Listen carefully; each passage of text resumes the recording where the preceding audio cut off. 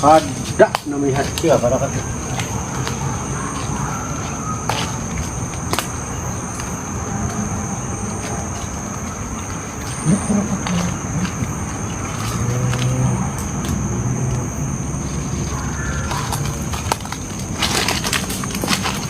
Saya terpaksa tengok ke bawah, geng. Tak risau ada binatang berbisa ke apa ke, geng.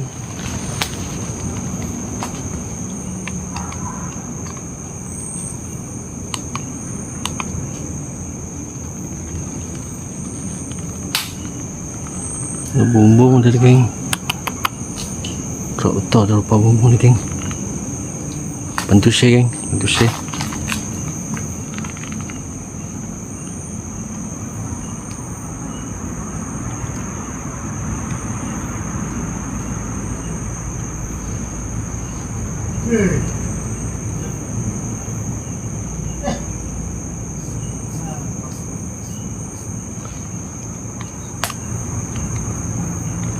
Wahai penunggu-penunggu di sini, jika benar kalian ada sini pergerakan sesuatu yang kalian mampu gerakkan,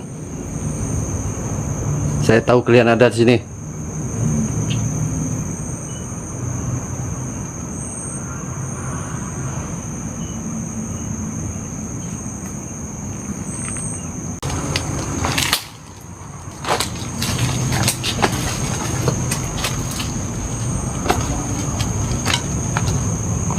Dah tua rumah bomoh tu, geng.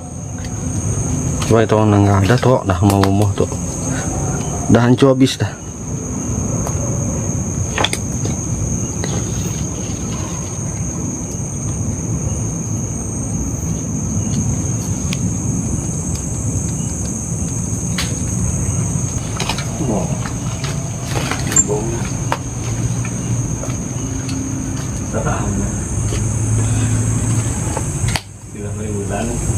Roboh nih, geng. Kalau roboh nih bumbung nih, geng, pecah kepala, geng. Nah, bumbung roboh pecah kepala, geng.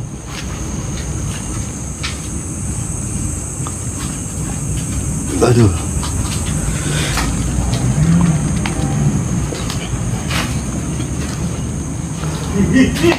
Wih. Apa?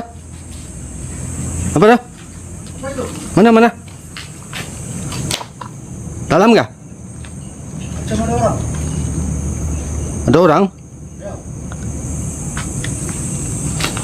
Dalam nggak?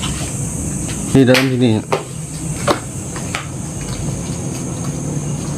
Dalam rumah kan luar. Dalam rumah. Oh. Oh, teruk rumah tu, geng.